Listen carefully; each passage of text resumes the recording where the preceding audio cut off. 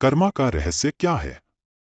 क्या आपने कभी सोचा है कि जीवन में जो कुछ भी आपके साथ घट रहा है, खुशी, दुख, सफलता, असफलता, उसके पीछे कौन सी अदृश्य शक्ति काम कर रही है?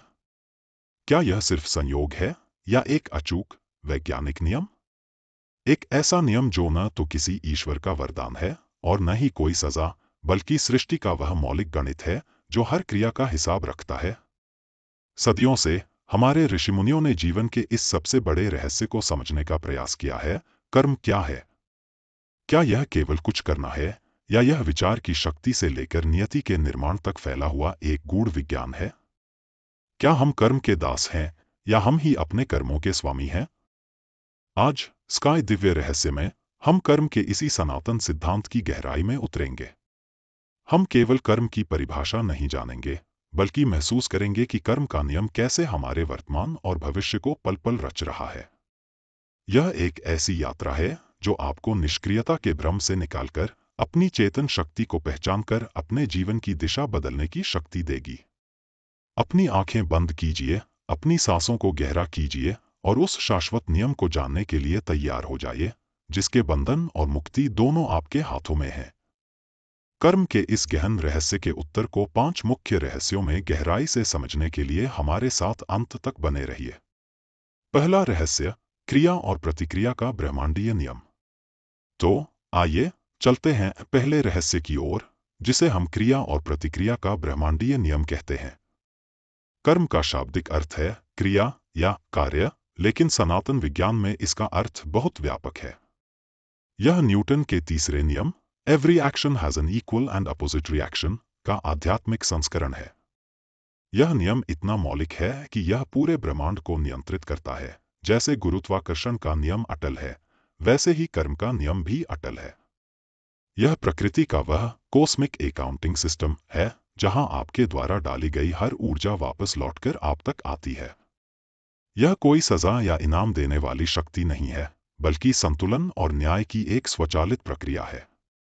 यह सिखाता है कि आप सागर में फेंकी गई हर लहर हैं जो लौटकर किनारे तक आती है।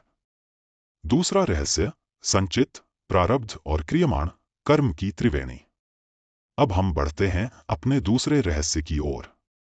यदि सब कुछ क्रिया और प्रतिक्रिया है, तो हमारे पिछले कर्म कहाँ जमा होते हैं? यहीं पर कर्म के 3 मुख्य प्रकारों का रहस्य आता है, संचित, प्रारब्ध और क्रियमाण। संचित कर्म वह विशाल भंडार है, वह कर्म बैंक है जहां हमारे अनगिनत जन्मों के कर्म जमा हैं। प्रारब्ध कर्म वह भुगतान है जो संचित कर्मों में से इस जीवन में फल देने के लिए तैयार हुआ है। यह आपकी वर्तमान नियति है। और क्रियमाण कर्म वह कर्म है जो आप इसी क्षण वर्तमान में कर रहे हैं, जिसका फल भविष्य में संचित में जमा होगा। यह विभाजन आपको सिखाता है कि आप प्रारब्ध को तो भोग रहे हैं, लेकिन क्रियमाण कर्म से अपने भविष्य को पूरी तरह से बदल सकते हैं। यह आपको अपने भूतकाल से नहीं, बल्कि अपने वर्तमान चुनाव से परिभाषित करता है। तीसरा रहस्य, संकल्प ही कर्म का बीज है, विचार की शक्ति। हमारी यात्रा का तीसरा रहस्य है, संकल्प ही कर्म का बीज है, यानी विचार की शक्ति। सनातन धर्म केवल शारीरिक क्रियाओं को ही कर्म नहीं मानता। आपका संकल्प, इरादा या विचार ही सबसे सूक्ष्म और सबसे शक्तिशाली कर्म है। जिस तरह एक छोटा बीज एक विशाल वृक्ष को धारण करता है, उसी तरह आपका शुद्ध या अशुद्ध संकल्प आपके भविष्य के कर्मों को निर्धारित करता है। गीता में भगवान कृष्ण कहते हैं कि आसक्ति से ही कामना जन्म लेती है और कामना से ही कर्म। इसलिए कर्म का नियम हमें सिखाता है कि हमें अपनी क्रियाओं पर नहीं, बल्कि अपनी वृत्तियों और विचारों पर सबसे पहले नियंत्रण करना चाहिए। यदि आपका संकल्प शुद्ध, प्रेमपूर्ण और निस्वार्थ है, तो आपके कर्म का फल भी स्वतः ही शुभ होगा।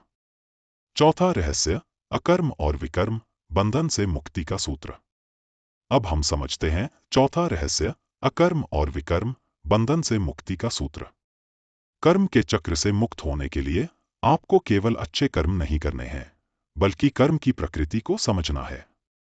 विकर्म वे क्रियाएं हैं जो नियमों के विरुद्ध हैं और बंधन को बढ़ाती हैं। लेकिन अकर्म वह अवस्था है जहां आप क्रिया करते हुए भी बंधन में नहीं आते। इसे ही निष्काम कर्म कहते हैं। कर्म करो, लेकिन फल की आसक्ति से मुक्त रहो। अर्जुन को दिया गया भगवान कृष्ण का सबसे बड़ा उपदेश यही था।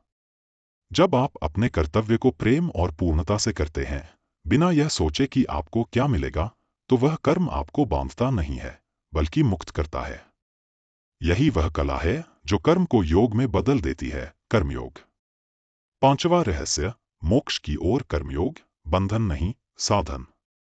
और अब हमारी यात्रा का पांचवा और सबसे महत्वपूर्ण रहस्य, मोक्ष की ओर कर्मयोग, बंधन नहीं, साधन। कर्म का अंतिम उद्देश्य क्या है? वह है मोक्ष। कर्म का नियम आपको बांधने के लिए नहीं बना है, बल्कि यह वह सीढ़ी है जो आपको बंधन से मुक्ति तक ले जाती है।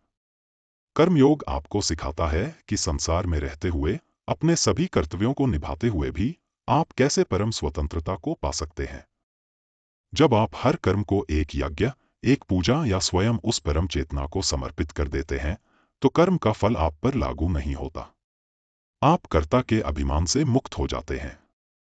कर्म का नियम तभी पूरा होता है जब वह आपको अपने वास्तविक स्वरूप, ब्रह्मास्मि के बोध तक ले जाता है। निष्कर्ष।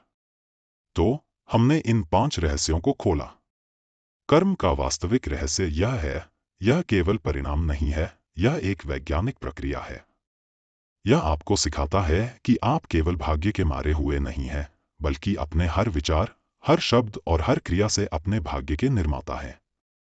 कर्म का यह ज्ञान आपको जिम्मेदारी, शक्ति और अंततः मुक्ति का मार्ग दिखाता है। इस गहन चर्चा पर आपके मन में क्या विचार आए? क्या आप निष्काम कर्म के किसी अनुभव को साझा करना चाहते हैं? कमेंट्स में अपनी एक भी अंतर्दृष्टि साझा करें। यह आपके भीतर के स्रोत के साथ आपका पहला संवाद हो सकता है।